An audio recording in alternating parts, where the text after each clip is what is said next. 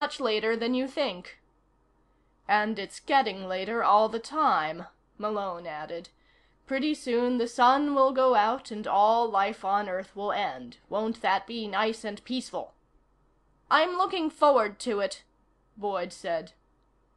"I'm not," Barbara said. "But I've got to get some sleep tonight if I'm going to be any good at all tomorrow." "You're pretty good right now," Malone thought, but he didn't say a word. He felt the Queen's eye on him, but didn't turn around. After all, she was on his side, wasn't she? At any rate, she didn't say anything. "Perhaps it would be best," Barbara said, "if you and I, Your Majesty, just went home and rested up. Some other time, then, when there's nothing vital to do, we could." "No," the Queen said, "we couldn't. Really, Lady Barbara, how often will I have to remind you of the duties you owe your sovereign, not the least of which is obedience, as dear old Ben used to say." "Ben?" Malone said, and immediately wished he hadn't.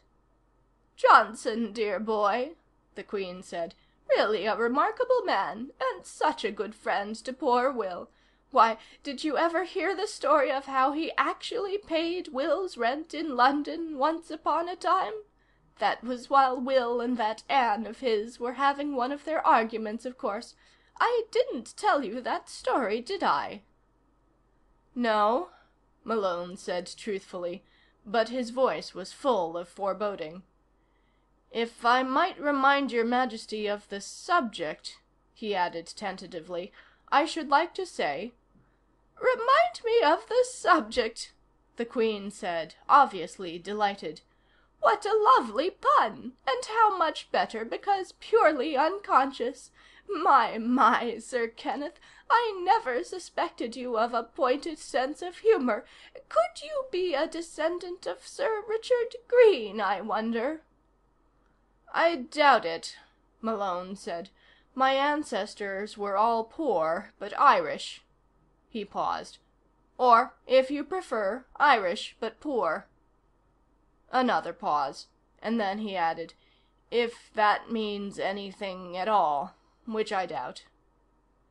"In any case," the Queen said, her eyes twinkling, "you were about to enter a new objection to our little visit to the palace, were you not?"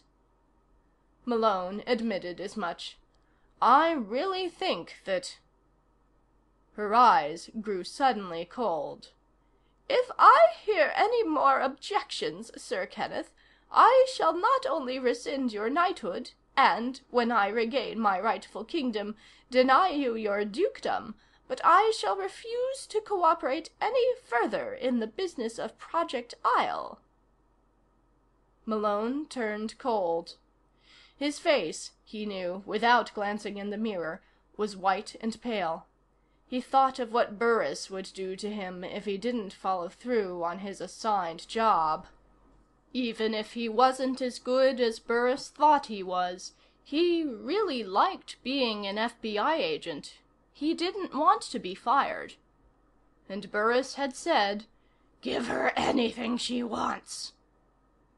He gulped and tried to make his face look normal. "All right," he said.